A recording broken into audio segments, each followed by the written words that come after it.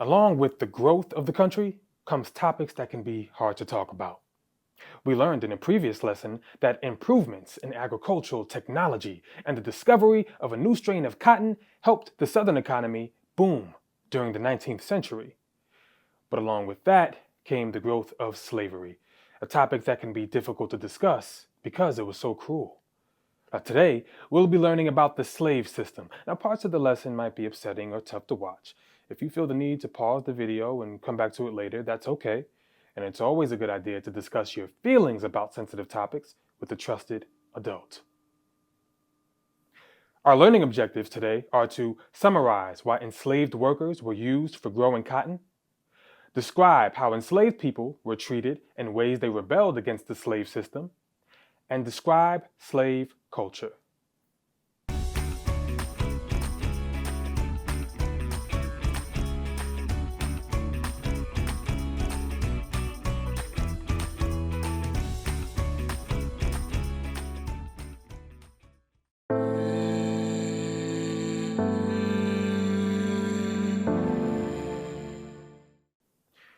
Slavery had been used in the U.S. dating as far back as 1619.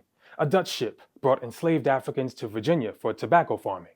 Slavery grew throughout the 17th century, partly due to a shortage of workers in England's American colonies.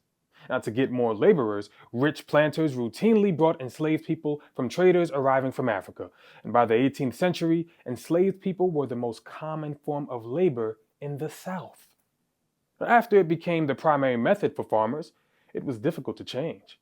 Wage workers didn't move to the South looking for work because plantation owners were unlikely to pay them for their labor. Planters didn't pay enslaved workers, so that labor force was more profitable for them. Then, in the 19th century, as the population rose and more farm products were needed, more and more workers were needed to produce them. In the South, plantation owners answered that need with slave labor. In an average year between 1790 and 1860, 40,000 more enslaved people were added to the workforce through birth or forced importation.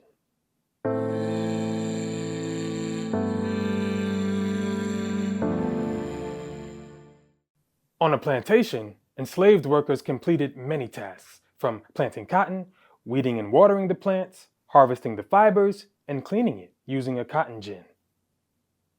Beyond that, there were many other support tasks that needed to be done.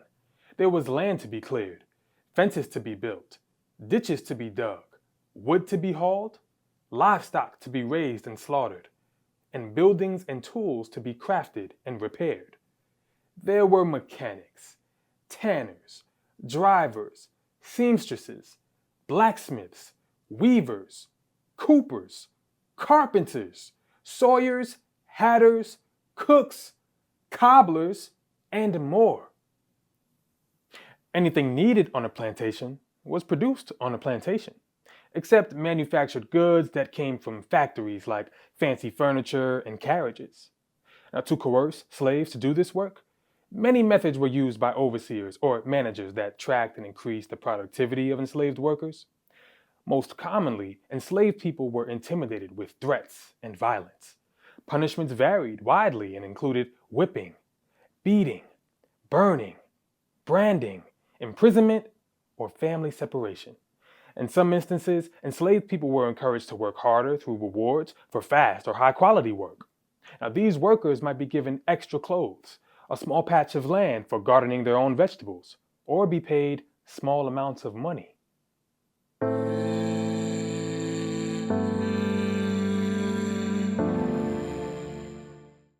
Some slaves responded to positive treatment for good work, but many slaves rebelled against the harsh punishments and their lack of freedom. Rebellion involved many levels of disruption to the plantation. Passive resistance methods involved things like working slowly, pretending to be ill, producing low-quality work, or losing and breaking things. More active resistance involved things like destroying crops, burning buildings or tools, stealing, committing violence toward overseers, or escaping, which we'll be looking at more closely in the PDF.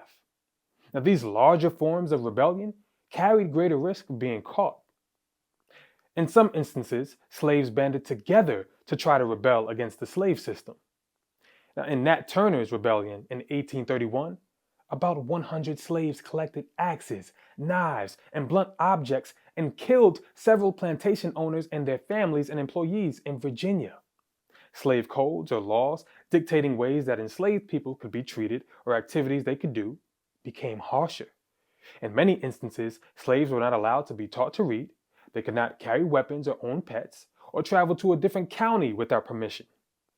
These laws were designed to make it more difficult for enslaved people to communicate or gather the things they needed to carry out a future rebellion. They protected profits at the expense of enslaved workers. In spite of all the cruel treatment, enslaved people did find some happiness and community among each other. They often gathered in the evenings to sing, dance, and tell stories. It was common to imitate and make fun of their owners. They married and started families. They shared their feelings with each other, offered advice, and taught each other how to survive the condition of slavery. Christian religion was profoundly important among many slaves who looked to the afterlife as a future with God in which they would finally be free.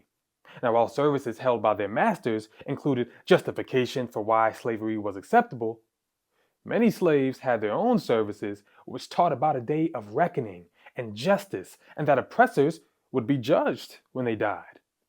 Hidden in spirituals or religious songs, slaves communicated plans that might help each other escape.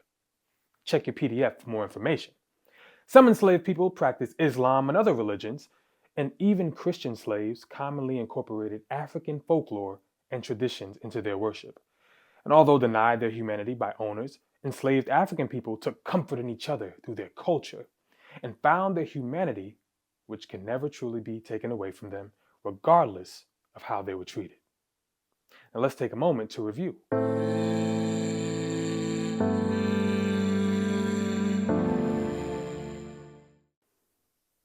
The plantation system in the South relied heavily on slave labor to produce cotton. And this is the way it had always been done, and due to a shortage of paid work in the South, wage workers were unlikely to move south and slowly replace the labor force. On plantations themselves, owners and overseers used a variety of positive and negative tactics to encourage their enslaved workers to produce a high-quality product in large amounts. Rewards and punishments often worked, but slaves also found a variety of ways to rebel against their masters, ranging from breaking tools to fighting back or running away. And by spending their non-working hours together, slaves found comfort in each other, developing a culture vibrant with art, family bonds, religion, and love. Moving forward, be on the lookout for the ways the North was changing, especially as it relates to working life and technology. Until next time, historians, remember to always be clever. Hey!